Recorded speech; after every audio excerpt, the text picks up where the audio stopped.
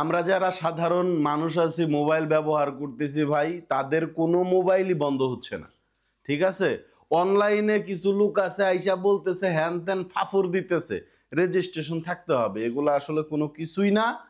আমরা যারা মানুষ আছি, দেখা যাচ্ছে আমার 2টা ফোন আছে, আমার ওয়াইফের একটা আছে, বাবার আছে, মার আছে, আমরা সবাই যারা মোবাইল ব্যবহার করতেছি, আপনারা সবাই যারা বাংলাদেশে বর্তমানে মোবাইলটা ব্যবহার করতেছেন, ইউজ করতেছেন, এগুলা কোনো মোবাইলই বন্ধ হচ্ছে না।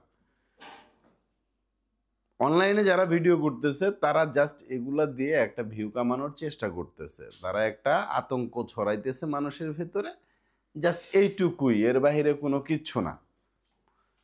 আপনাদের আমাদের যদি ফোন আনঅফিসিয়ালও হয়, যদি চোরাই ফোনও হয়, যেমনই হোক, এগুলা কোনোটাই বন্ধ হবে না। এগুলা সরকার অটোমেটিকলি রেজিস্ট্রেশন করে দিবে, 16 তারিখের ভেতরেই করে দিবে। এখন বলবেন বন্ধ হয়ে যাবে কোনগুলা?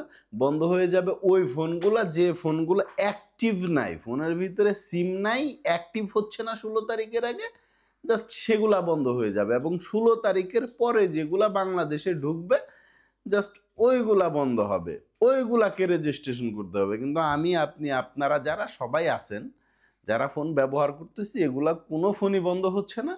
আপনার ফোন যদি আনঅফিসিয়ালও হয়, আপনার কোনো সমস্যা নাই, এগুলা নিয়ে টেনশনের কোনো কারণ নাই। ঠিক আছে, অযথাই গুজবে কান দিবেন না, এগুলা সব মিথ্যা গুজব। গুজবে কান দেওয়ার দরকার নাই। যেটা সলিড যে ইনফরমেশনটা, সেটা আমার শেয়ার করা দরকার ছিল, জাস্ট এতটুকুই শেয়ার করলাম। আর এই ভিডিওটা আরও যারা আছে আপনাদের বন্ধুদের কাছে, তাদের কাছেও শেয়ার করে দেন। এগুলা গুজবে আপনারা কান দিবেন না, কারোর ফোনই আসলে বন্ধ হচ্ছে না, এটাই ফাইনাল। ভালো থাকবেন সবাই, আসসালামু আলাইকুম।